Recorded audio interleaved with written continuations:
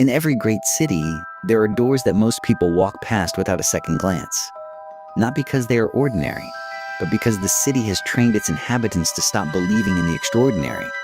The street moves, the crowd flows, and nestled between the indifferent stone faces of modernity stands a building that does not belong to this century, or perhaps any century. Look closer. The entrance. That impossible arch is not merely carved. It moves, or seems to, wrought in deep verdigris copper. The ironwork spirals and unfurls like living vines frozen at the exact moment of bloom. Every tendril reaches upward toward the great glass canopy above, as though the building itself is perpetually leaning toward the sky, searching for something.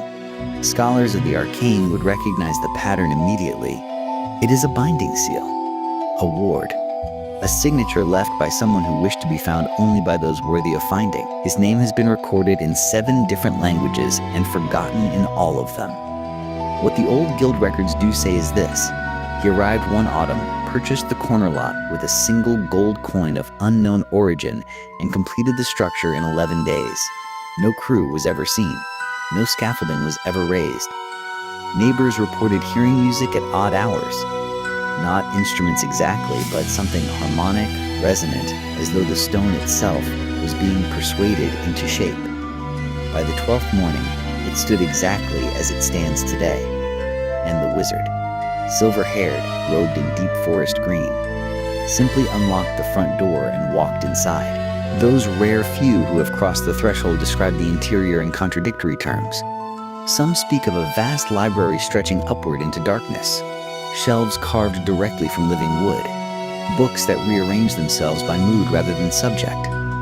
Others describe a greenhouse, cathedral of glass and iron filled with impossible flora, flowers that bloom only in moonlight, trees whose roots whisper in ancient tongues, a single enormous fern that is said to be older than the city surrounding it. Perhaps both are true. Perhaps the interior is simply whatever the building decides you need to see. Above the arched entrance, the building rises in tiers, each floor stranger than the last. Rounded turrets press outward like watching eyes. Copper domes, long since turned to deep sea green by decades of weather, and perhaps something more deliberate, crown the roofline like the caps of ancient mushrooms in an enchanted wood. From the street, on a clear night, a light can sometimes be seen burning in the highest window. Not electric, not candle, something else entirely. A pale, pulsing blue that astronomers have occasionally mistaken for a new star. Decades passed, then a century.